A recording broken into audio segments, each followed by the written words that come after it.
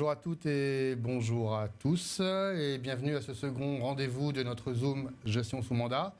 Nous sommes à nouveau dans les locaux de notre partenaire Ophi Asset Management avec Michael Fay, directeur de gestion diversifiée.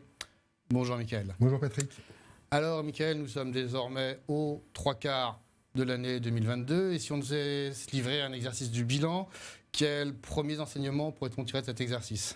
Alors, fin 2021, on avait remporté plusieurs succès avec des politiques mises en place par les États qui avaient permis de soutenir la croissance. On avait des plans de relance sur de la croissance, là aussi, sur le côté environnemental. On avait une politique vaccinale et des vaccins qui étaient en fait sur la bonne voie, ce qui permettait en fait de vacciner une grande partie de la population, en tout cas des pays développés. Et d'autre part, dans le sillage de ces succès, est intervenue la reprise économique la plus importante de l'histoire, de sorte que les grandes économies des pays développés, on anticipait que mi-2022, on devait renouer avec les objectifs pré-Covid. Donc on était réellement, en l'espace d'1 an et demi, sur une reprise et un retour à la normale anticipé très très important. Alors, bien évidemment, en 2022, malgré ces bonnes nouvelles, il fallait quand même une certaine dose de temporisation et on allait très probablement faire l'année 2022 avec quand même un peu moins de croissance, un peu plus d'inflation et naturellement un peu plus de volatilité sur les marchés. Néanmoins, les perspectives restaient positives. Mais l'économie mondiale a connu deux chocs exogènes quasiment dès le début en fait de l'année 2022.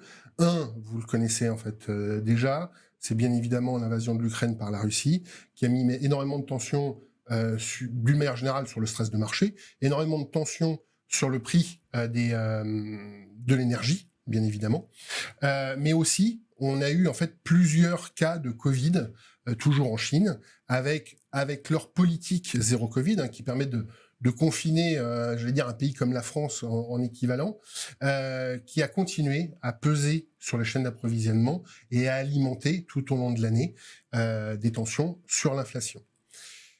Alors, ces chocs ont eu pour impact, naturellement, un premier ralentissement de la croissance, avec en particulier la crise énergétique en zone euro, des chiffres d'inflation mois par mois, qui devenaient toujours de plus en plus élevés, alors qu'on estimait que le top du marché devait être atteint au premier ou deuxième semestre de l'année, tel que la Banque fédérale américaine et la Banque centrale européenne ont été obligées de durcir leur ton sur leur politique de taux d'intérêt et, comme vous avez pu le voir, en fait, d'augmenter régulièrement leur taux d'intérêt de manière assez significative, quitte à peser encore un peu plus sur la croissance. Alors on voit bien, événement géopolitique majeur, tension inflationniste, croissance en baisse, donc dans ce contexte extrêmement volatile, comment se comportent les marchés ? Alors, le nerf des investisseurs a été mis à mal quasiment pendant toute l'année, d'une part par cette grande forme d'incertitude, puisqu'il fallait attendre tous les mois de voir quel allait être le chiffre d'inflation. Donc l'horizon de placement était très limité, et naturellement quand on manque de vision, on a plus de stress, c'est pour ça que l'année était volatile. D'autre part, ça s'est vu sur les marchés financiers ont connu leurs 9 premiers mois de l'année le pire de l'histoire. Pour donner un titre d'exemple, le S&P 500 a perdu plus de 24% depuis le début de l'année, et les actifs obligataires tels que les obligations d'État, quelle que soit la zone géographique des pays développés, ont perdu plus de 15% sur l'année. Donc il y avait guère d'actifs refuges sur lesquels on pouvait se positionner pour éviter cette baisse. D'ailleurs, on peut le voir rapidement sur les deux graphiques que j'ai présentés. Le premier graphique, c'est sur l'axe horizontal, la performance du marché des actions, l'axe vertical, la performance du marché obligataire. On voit que naturellement, en haut à droite, le marché des actions rapporte de l'argent, le marché des obligations rapporte de l'argent. Et nous, notre métier, c'est de savoir quelle classe d'actifs, à quel moment, en fonction des contextes du marché et contexte économique, on va pour essayer de capter le maximum de performance. L'année 2022, donc en bas à droite, là où toutes les classes d'actifs sont négatives, on voit que c'est la seule, et de manière assez significative, ce qui rend cette année très singulière et réellement à prendre avec des pincettes et pas comme quelque chose de structurel. D'ailleurs, on peut le voir sur le graphique d'après. où on retrouve en fait les barres en bleu, c'est la performance du marché des actions année après année, et les barres en orange, gris et jaune, on a les différents segments obligataires, donc les obligations d'État, les obligations des entreprises privées, les moins bien notées et les mieux notées. Et on voit que cette année 2022 est très singulière, puisque quelle que soit la classe d'actifs, quelle que soit la segmentation, même sur l'obligataire, tout était négatif, de l'ordre de moins 20%, ce qui rendait que, naturellement, quel que soit, j'allais dire, le positionnement entre les classes d'actifs, si tout fait moins 20%, en globalité, on fait à peu près moins 20%. Du coup, quelles conséquences dans votre gestion des allocations d'actifs, de la gestion sous mandat MIF? Alors, sur ces 9 premiers mois de l'année, l'allocation sur la partie action est restée relativement stable depuis le début de l'année.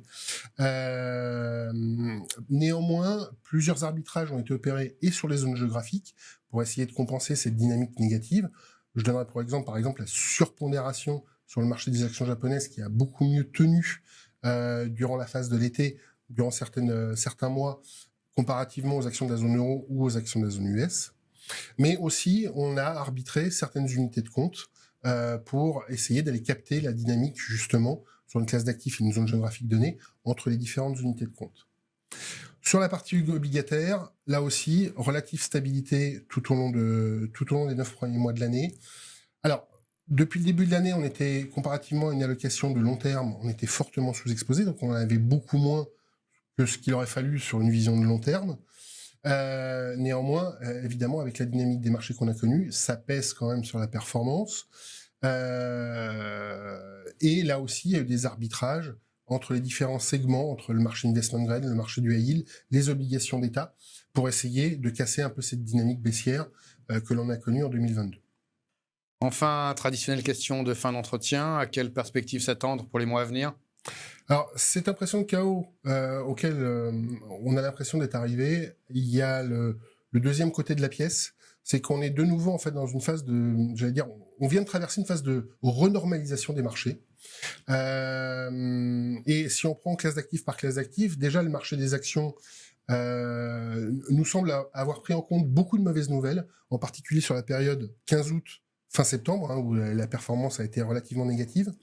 Et aujourd'hui, on pourrait être arrivé à une asymétrie des risques. Je m'explique. C'est que certes, il pourrait y avoir encore de mauvaises nouvelles, mais la baisse qui pourrait être engendrée par ces mauvaises nouvelles nous semble relativement modérée, tandis que si on devait avoir de bonnes nouvelles, le marché pourrait accélérer en fait de manière bien plus rapide qu'il ne pourrait baisser. Ça, on verra en fait dans les mois à venir si ça nous donne raison. Sur la partie obligataire, et c'est là où c'est le plus flagrant, on a retrouvé une caractéristique importante du marché obligataire, et je me permets de montrer le graphique à l'écran. C'est que, de nouveau, ce sont des actifs de rendement. Il y a encore un an, si vous regardez en fait les courbes, enfin les barres oranges, on voit que c'est la deuxième partie, sur les obligations gouvernementales de la zone euro, on était à 0. Donc ça rapportait rien. Il y a 18 mois, c'était négatif.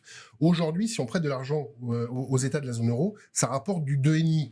Et les barres grises, c'est la moyenne sur les 20 dernières années. Et on voit que toutes les barres bleues sont au-dessus de leur moyenne des 20 dernières années.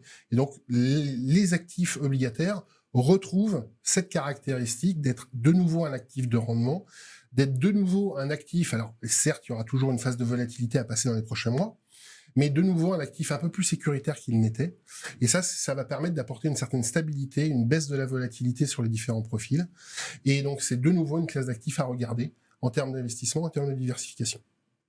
Merci Michael pour ces éléments de compréhension. Merci Patrick. Merci de votre attention et nous vous donnons donc rendez-vous dans 3 mois pour un nouveau Zoom Gestion sous mandat.